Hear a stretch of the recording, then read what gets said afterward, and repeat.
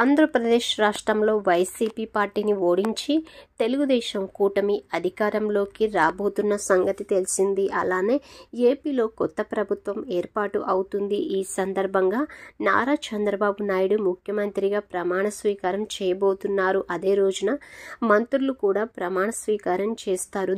దాదాపు 18 మంది మంత్రులు అదే రోజున ప్రమాణ స్వీకారం చేసే ఛాన్స్ కూడా ఉంది. అయితే ఇలాంటి నేపథ్యంలో ఆంధ్రప్రదేశ్లో కూటమి గెలుపుకు కారణమైన పవన్ కళ్యాణ్ జనసేన పార్టీని పటిష్టం చేసేందుకు సిద్ధమవుతున్నాడు. ఇందులో భాగంగానే గత 10 సంవత్సరాలుగా జనసేన పార్టీ కోసం కష్టపడ్డ వారికి పదవులు ఇచ్చేందుకు నిర్ణయం తీసుకున్నాడట.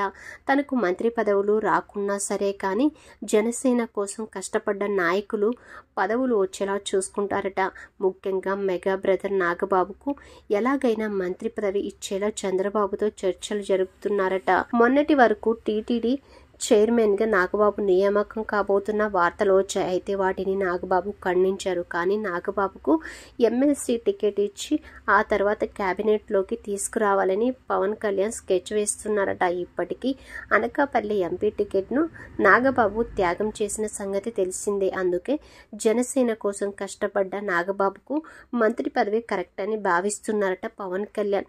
ప్రస్తుత లెక్కల ప్రకారం 3 లేదా 4 మంత్రి పదవులు జనసేన పార్టీకి రాబోతున్నాయి. అందులో నాగబాబు పేరు ఉండేలా చూసుకుంటున్నారు పవన్.